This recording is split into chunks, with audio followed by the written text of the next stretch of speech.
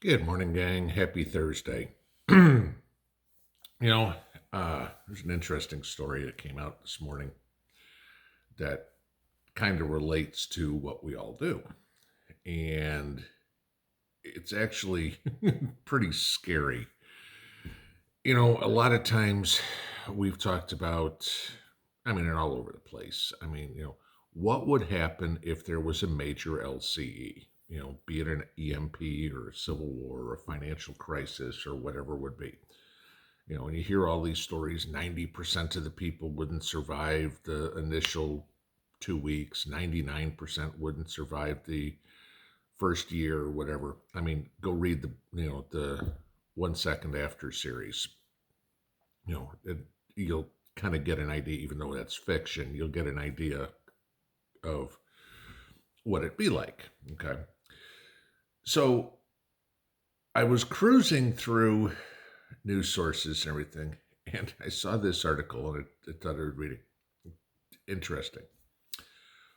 45% of millennials say maintenance costs are try that again. 45% of millennials say maintenance costs are a serious deterrent to home ownership.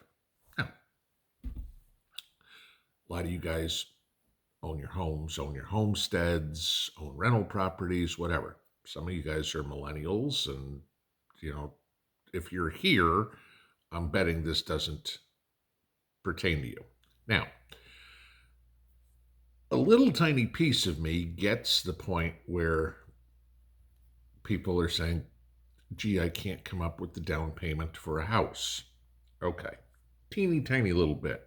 Now, the reason I say a teeny tiny little bit, you have to plan, you have to have ambition, you have to, you don't just wake up one morning and go, gee, I'm going to buy a house today. It's not like a loaf of bread or a Big Mac. But, okay, you want to buy a house? Go join the military. You get a VA loan. That's zero down. Okay, don't tell me you can't come up with nothing. But even then, you want to get an FHA loan. That's 3% down. So let's say you go out and buy a $300,000 house. It's going to be a pretty freaking nice house, okay? Depending on where. Obviously, in San Francisco, that gets you a box under the freeway. But for the most part, 300 grand is going to buy you one hell of a house. I'll buy more than a house than I got. Okay. It's $9,000 down.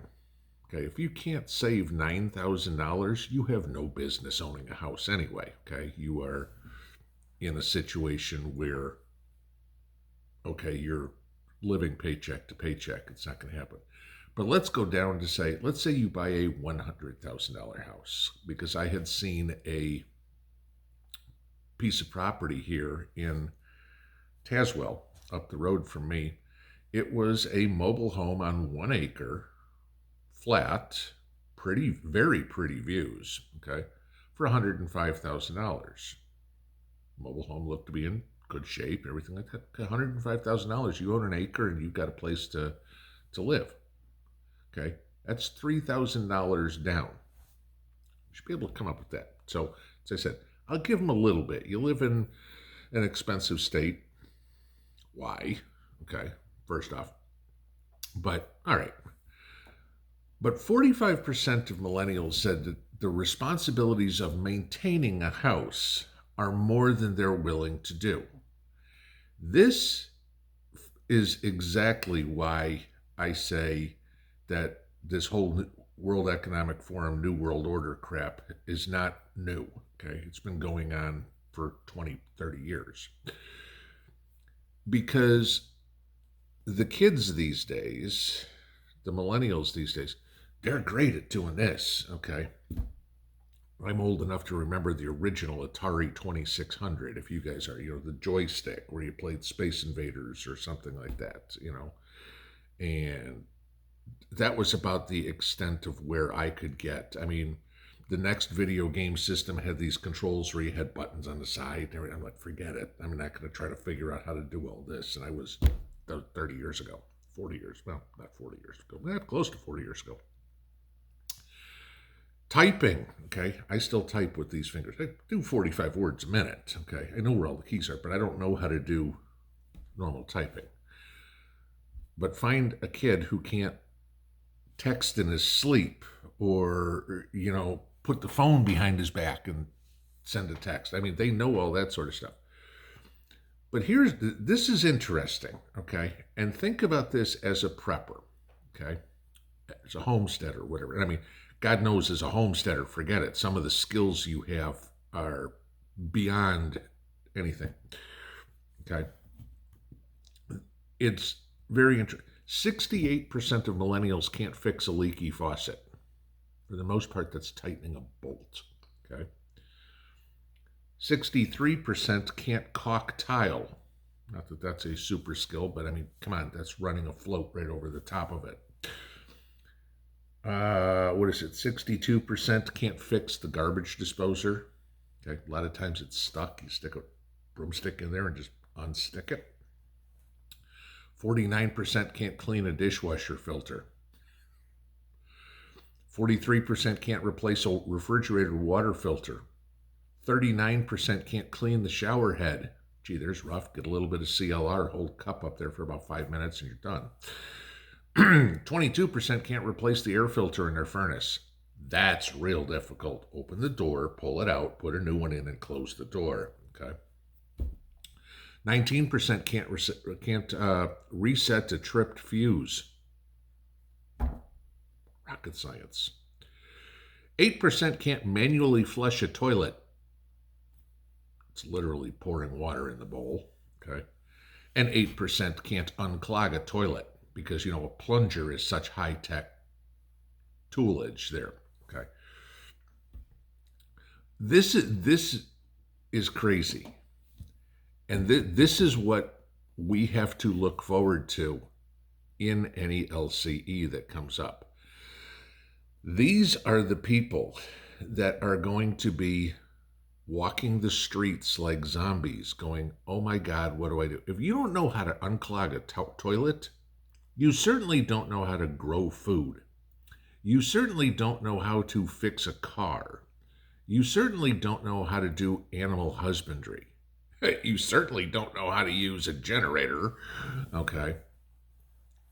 So those are the people that are going to be knocking at your door going, Pinball, I don't know how to brush my teeth without the water coming out of the faucet. Can you help me?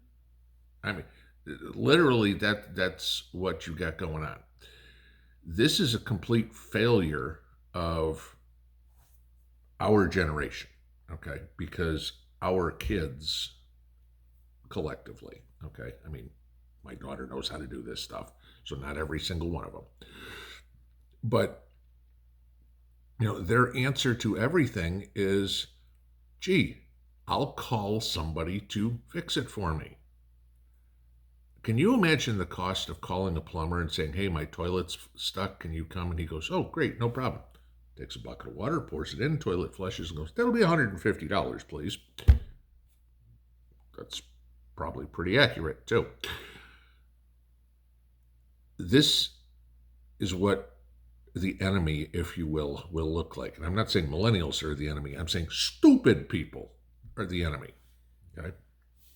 I'm not going to paint a brush and say it's just one age group. It just happens to be one age group. And again, if you look at it, I will venture to say that the generations before us, okay, before me or before people that are older than me, they probably knew how to do a lot more with a lot less, how to solve problems. Those are the things that we need to learn how to do. We need to ramp it up. I'm pretty much betting everybody on here knows how to reset a fuse, who knows how to clean a shower head, who knows how to flush a toilet that's not working.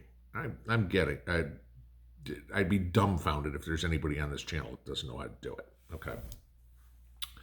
But some of those bigger skills that we need to have, because I've said many times, we're going to be the leaders.